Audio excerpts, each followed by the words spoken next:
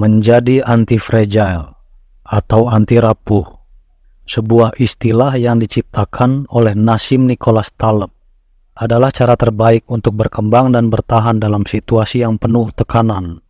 Ini adalah kualitas yang memungkinkan kita untuk mengubah stres menjadi suatu pertumbuhan pribadi. Dalam video ini, kita akan mempelajari 3 kualitas yang membuat seseorang menjadi anti-fragile, 2 praktik untuk membantu kita mencapai kualitas tersebut, dan perbedaan antara menjadi anti-fragile atau anti-rapuh, robust atau kuat, dan fragile atau rapuh. Orang yang rapuh atau fragile adalah orang yang dipengaruhi secara negatif oleh stres atau tekanan. Jika mereka menemui kemacetan lalu lintas dalam perjalanan mereka menuju ke sebuah toko, seluruh hari mereka akan menjadi hancur. Mereka menjadi kesal dan tidak bisa melupakannya.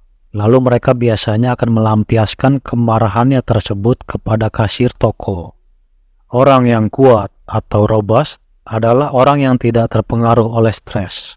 Jika mereka menemui kemacetan lalu lintas dalam perjalanan ke toko, mereka hanya akan menarik napas, menghembuskan napas, dan melupakannya.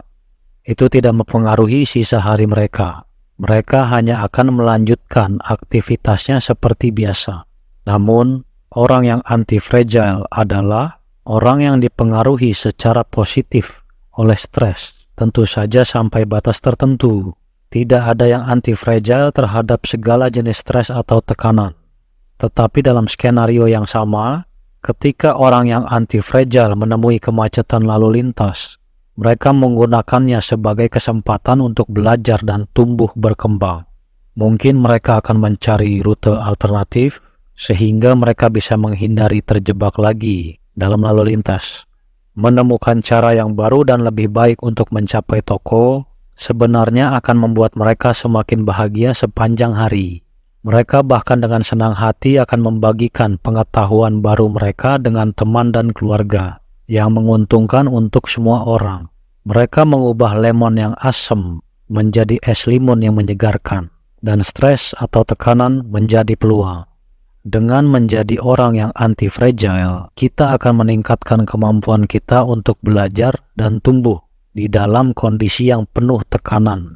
Untuk menjadi anti-fragile, seseorang membutuhkan 3 kualitas. Kualitas pertama dari orang yang anti-fragile adalah mereka menghadapi kemungkinan terjadinya kegagalan. Overprotection atau perlindungan berlebihan akan mengarah pada kerapuhan. Orang tua yang terlalu melindungi anak-anak mereka, yang tidak pernah membiarkan mereka gagal, dan tidak pernah membiarkan mereka mengambil suatu tanggung jawab, dan selalu menyelamatkan mereka dari masalah, pada akhirnya akan membuat mereka menjadi rapuh. Anak-anak tersebut akan mudah kewalahan dan tidak mampu menangani bahkan sedikit tekanan atau stres, karena mereka tidak pernah diberi kesempatan untuk gagal dan menjadi lebih kompeten sebagai hasil dari kegagalan tersebut.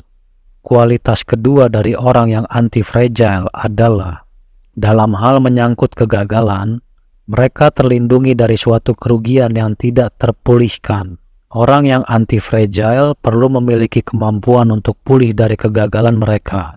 Orang tua yang membiarkan anak-anak mereka mengambil resiko secara cerdas, sambil melindungi mereka dari resiko yang tidak masuk akal atau berbahaya, memungkinkan anak-anak mereka menjadi lebih anti-fragile. Anak-anak mereka perlu diberi kesempatan untuk gagal, tetapi mereka juga harus memiliki kemampuan untuk pulih dari kegagalan tersebut. Kualitas ketiga dari orang yang anti-fragile, mereka belajar dari kegagalan.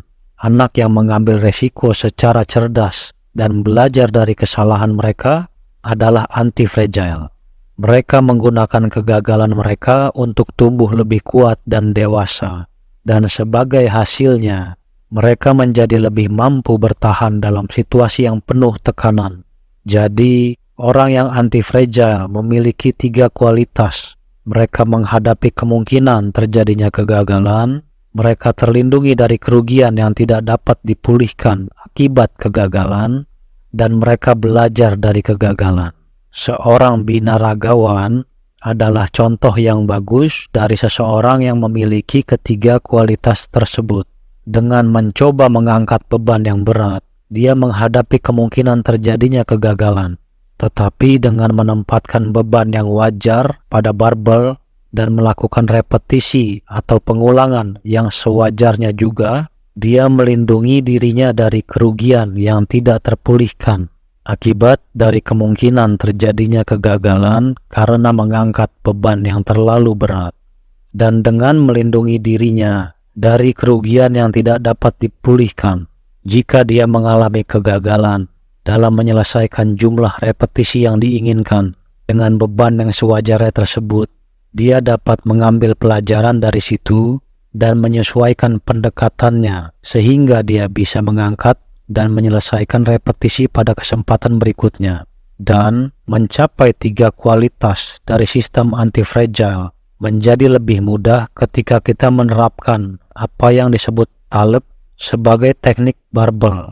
Secara umum, teknik barbel menggabungkan aktivitas yang sangat konservatif dengan aktivitas yang beresiko untuk melindungi diri kita dari kerugian yang tidak dapat dipulihkan dalam hal kegagalan, sambil memungkinkan kita untuk mendapatkan manfaat dari mengambil resiko yang cerdas. Contoh teknik barbel adalah seseorang yang memiliki pekerjaan harian yang sangat stabil dan melakukan sesuatu yang relatif berisiko di malam hari, seperti membuat video YouTube atau berinvestasi di saham.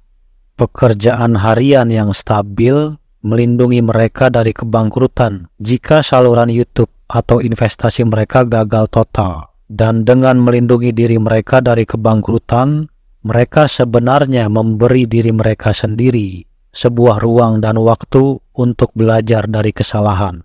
Dan dengan belajar dari kesalahan, mereka akan belajar untuk membuat video dan investasi yang lebih baik lagi, yang diharapkan akan menghasilkan keuntungan besar ketika mereka pada akhirnya berhasil.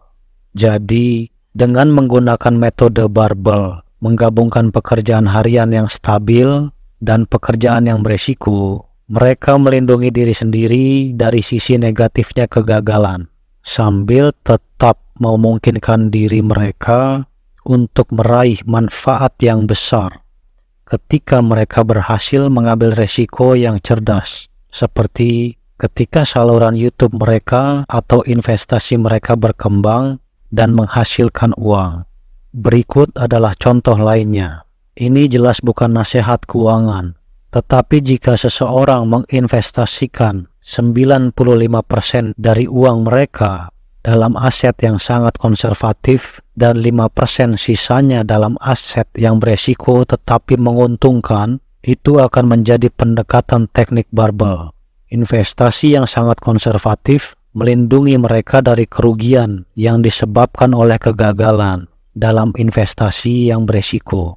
Dan sekali lagi, dengan melindungi diri mereka dari kerugian yang tidak dapat dipulihkan, mereka memberi diri mereka suatu kesempatan untuk belajar dari kegagalan dan meningkatkan pengetahuan investasi mereka. Dengan meningkatkan pengetahuan investasi mereka, mereka diharapkan bisa mendapatkan keuntungan besar dari investasi yang lebih berisiko.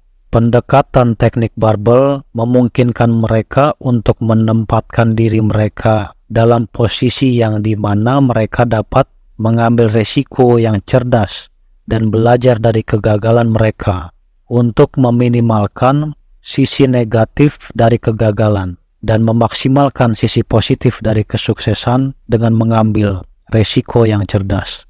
Teknik barbel menggabungkan aktivitas yang sangat konservatif dengan yang beresiko. Teknik ini bekerja dengan memberikan seseorang 3 kualitas yang diperlukan untuk membuat mereka menjadi anti-fragile, yaitu kemungkinan kegagalan, perlindungan dari kerugian yang tidak dapat dipulihkan akibat kegagalan, dan kemampuan untuk belajar dari kegagalan. Dan seseorang yang benar-benar anti-fragile belajar dari kegagalan mereka. Mereka mengubah kegagalan mereka menjadi pelajaran dengan menggunakan kegagalan mereka sebagai bukti terhadap keyakinan mereka sendiri. Sebagai contoh, saya memulai dengan suatu hipotesis jika saya mempublikasikan video yang bersifat instruktif, penuh dengan argumen dan tips persuasif. Itu akan mendapatkan setidaknya 100.000 penonton. Sekarang ketika saya mempublikasikan video ini yang tentang anti-fragility atau anti kerapuhan, kita akan melihat apakah hipotesis itu benar atau tidak. Jika video ini gagal mencapai target, saya bisa mengubah kegagalan ini menjadi suatu pelajaran. Saya bisa menggunakan kegagalan ini sebagai bukti yang menentang hipotesis awal saya, bahwa video esai yang persuasif dan instruktif akan mendapatkan setidaknya 100.000 penonton. Saya bisa menggunakan kegagalan saya untuk membuktikan bahwa hipotesis saya salah. Dan dengan menyadari hipotesis mana yang salah, saya bisa melepaskannya dan menemukan hipotesis baru yang lebih benar. Ketika kita tahu dengan pasti apa yang salah, kita bisa lebih dekat dalam menemukan apa yang benar. Kita bisa mengubah kegagalan saat ini untuk menjadi kesuksesan di masa depan. Pentingnya hal ini tidak bisa dianggap sepele. Ketika kita menghancurkan keyakinan kita yang salah, hanya keyakinan kita yang paling benar yang bertahan dan berkembang. Dan dengan hanya mempertahankan keyakinan kita yang paling benar, yang tidak bisa kita buktikan kesalahannya, pengetahuan kita akan semakin baik seiring waktu. Semakin baik pula kita dalam bertahan dan berkembang, terutama dalam situasi yang penuh tekanan. Membuktikan bahwa keyakinan kita sendiri salah adalah seperti mengangkat beban atau barbel dalam versi pikiran, dan itu membuat kita mengadopsi 3 kualitas dari sistem anti-fragile. Pertama, ini membuat kita menghadapi kegagalan dengan mencoba membuktikan bahwa keyakinan kita sendiri salah. Kita pada akhirnya akan menemukan bahwa apa yang kita pikir selama ini sebagai hal yang benar ternyata sebenarnya salah. Dengan kata lain, kita akan menemukan kegagalan dalam pemikiran kita di masa lalu. Kedua, dengan secara sukarela menghadapi kesalahan kita sendiri atas ketentuan atau persyaratan yang kita terapkan sendiri, kita memastikan bahwa kegagalan ini tidak akan mengakibatkan kerugian yang tidak dapat dipulihkan. Secara sukarela mengajarkan pelajaran kepada diri kita sendiri jauh lebih aman daripada membiarkan kenyataan atau kehidupan memaksakan pelajarannya secara tiba-tiba. Belajar mendeteksi keberadaan harimau di area sekitar di saat kita siap dan waspada jauh lebih aman daripada menemukannya secara tiba-tiba di saat kita tidak siap dan waspada. Dan yang terakhir, dengan mendeteksi kesalahan kita sendiri, kita akan dapat mengatasinya, yang berarti ada suatu pembelajaran. Namun secara singkat, menjadi anti-fragile membutuhkan pengambilan risiko yang cerdas, risiko yang tidak dapat menyebabkan kerugian yang tidak dapat dipulihkan, dan belajar dari kesalahan kita. Dan 2 cara yang baik untuk menjadi anti-fragile adalah dengan menggunakan teknik barbel dan mengubah kegagalan kita menjadi pelajaran dengan menggunakan kegagalan kita sebagai bukti untuk melawan keyakinan kita. Dengan menghilangkan keyakinan kita yang salah, kita akan semakin mendekati keyakinan kita yang benar. Dan dengan mempertahankan keyakinan kita yang lebih benar, kita akan lebih mampu bertahan dan berkembang dalam situasi yang penuh tekanan. Maka dengan ucapan demikian, semoga berhasil.